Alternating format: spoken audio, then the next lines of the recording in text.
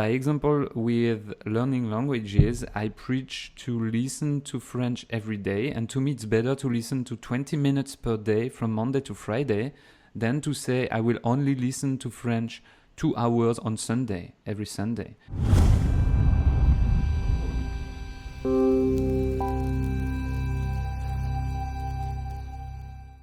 So, with your listenership, what does a successful listener or a successful learner of French do with your materials? Like, how do they get the most out of your podcast, your courses online, your YouTube videos? Do they have a certain set of attributes or habits that that characterize them? I think yes. So if I try to find the avatar, so the person who is really achieving a lot of or who is having a lot of success with my material, it's a person who, as we said, listen a lot, who listen to topics they are interested in. I have a lot of people who tell me, Johan, I cannot keep up. You are producing too much content. I cannot listen to everything. And I tell them, I get that as well. yes. And my answer is always, but you don't have to. I mean, it's a good problem to have. It's worse if there's not enough. Exactly, I think as well. But people, so a lot of people, they think they have to listen to everything. And I tell them, no, it's not the purpose. I am producing 3 episodes per week. Just to let you choose what you like. So the people who really have success, they decide on the topic that they like. If they like idioms, they will listen to these episodes. If they like personal development, they will focus on this. So they listen to only a part of my content, but they listen to it deeply and several times. It's not like I listen to it once and that's it, I know everything. It's like I will listen to it 2, 3, 4, 5 times. And they can only do it if they like the topic. I mean, have you ever tried to listen to something that you are not interested in? It's impossible to do it 3. Yeah, well, exactly. Yeah. I mean, or if you do it, then you don't really listen because your mind is wandering and is thinking of something else. So they listen to a lot of content, they choose what they really like, and they listen to it many times. That's, to me, that's the key. It's kind of deeper rather than wider, right? Exactly. So and that was what I was trying to do with reading L'Étranger. I tried to read it, but chapter by chapter, but then repeat it multiple times because I knew I'd missed things, I'd misinterpreted things, I hadn't understood things, and that really helped because I squeezed a lot more out of the book than just reading it quickly, picking another book. And by the way, it's exactly the same in your mother language. I mean, if you read books in English, to me, it's better to read one book that you will really study deeply than to go through 5 books very quickly without really getting the stuff. So it's true for everything, in my opinion. Yeah, definitely. And I remember learning with you at the very start. I remember when I first found Français Authentique, I think I'd been listening to, I think it was called Coffee Break French. And that was sort of like a Scottish guy and a French guy chatting in English, and then they would sort of have bits of French in there and then maybe a monologue. And that was really good for beginners. But then when I started with Français Authentique, it was really important for me to kind of really go over the same episode multiple times to get through that intermediate plateau. And then once I'd kind of done that for a month or 2, it was really funny because I could just understand, 98% of what you were saying most of the time. And if not, check out the transcripts and then be like, okay, yeah, good. On top of that, I wanted to talk about, and this was one of the best things I think I ever got out of Français Authentique. I think it was l'esprit Kaizen. You were a massive proponent of, I guess you would call it in English, the Kaizen spirit, but it's a Japanese term. Can you tell us about what it is and why it's so important for language learning with things like podcasts? Yes, so it's something that I spoke about a lot because it's a very old philosophy that is coming from Japan, and the idea is very simple. It's you have to try to make tiny progresses, but every day, instead of trying to make big improvements on a not so regular basis. So it's true for everything. And by example, with learning languages, I preach to listen to French every day. And to me, it's better to listen to 20 minutes per day from Monday to Friday than to say I will only listen to French 2 hours on Sunday, every Sunday.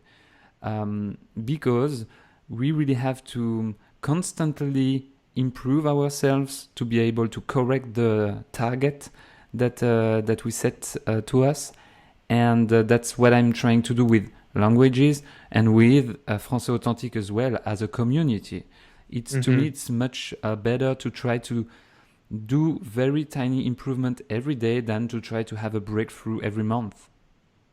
Well, that's it. That was what I think, got out of it. It was like a little bit every day, and it helps you build habits, because it's very hard to develop a habit if it's not done very often, right? Like if you go to the gym once every 2 weeks, it's hard to stay consistent with that, even though that's probably, not very helpful.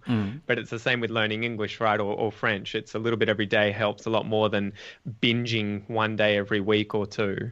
Exactly. It helps as well. I mean, in terms of content production, there are some people that I was following, some podcasts that I was listening to, that was only publishing, very sporadically. So you didn't have any episode for 2 months, and suddenly you have one per day.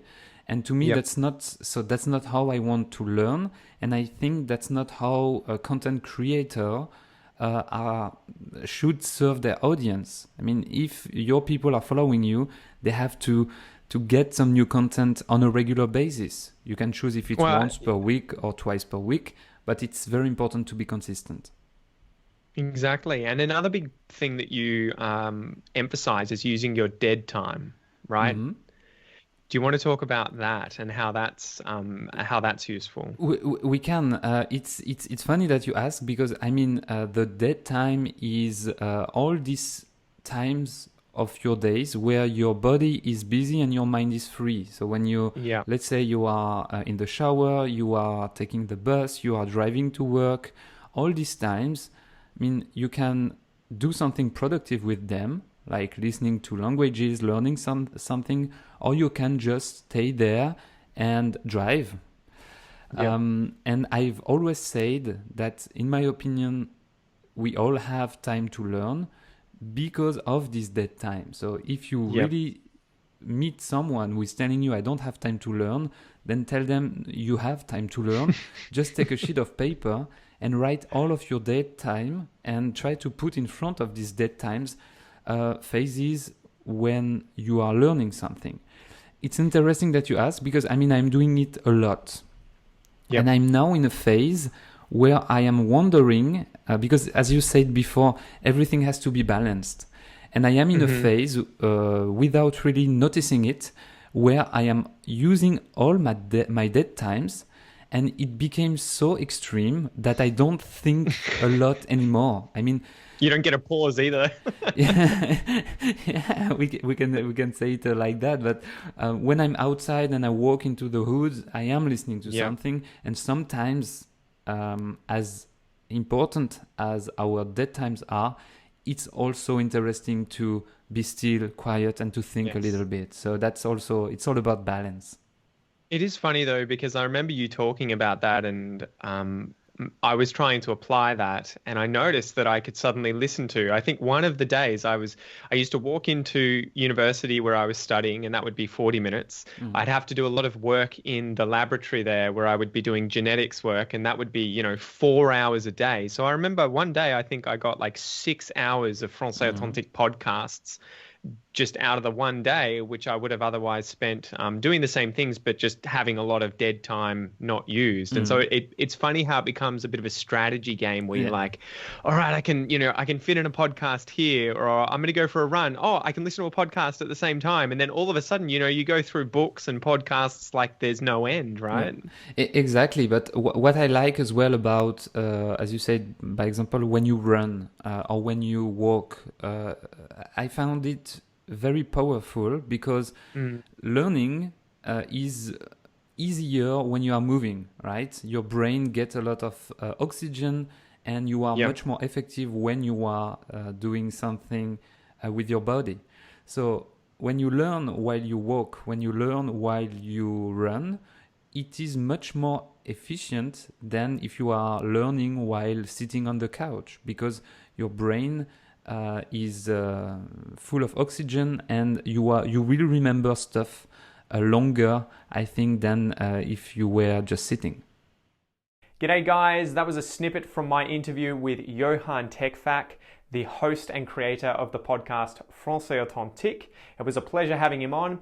Make sure that you keep an eye out for the full episode, which will be up on the Aussie English podcast in a few days. In the meantime, to get access to all of my other content, my online academy and my courses, go and visit aussieenglish.com.au. I'll see you there.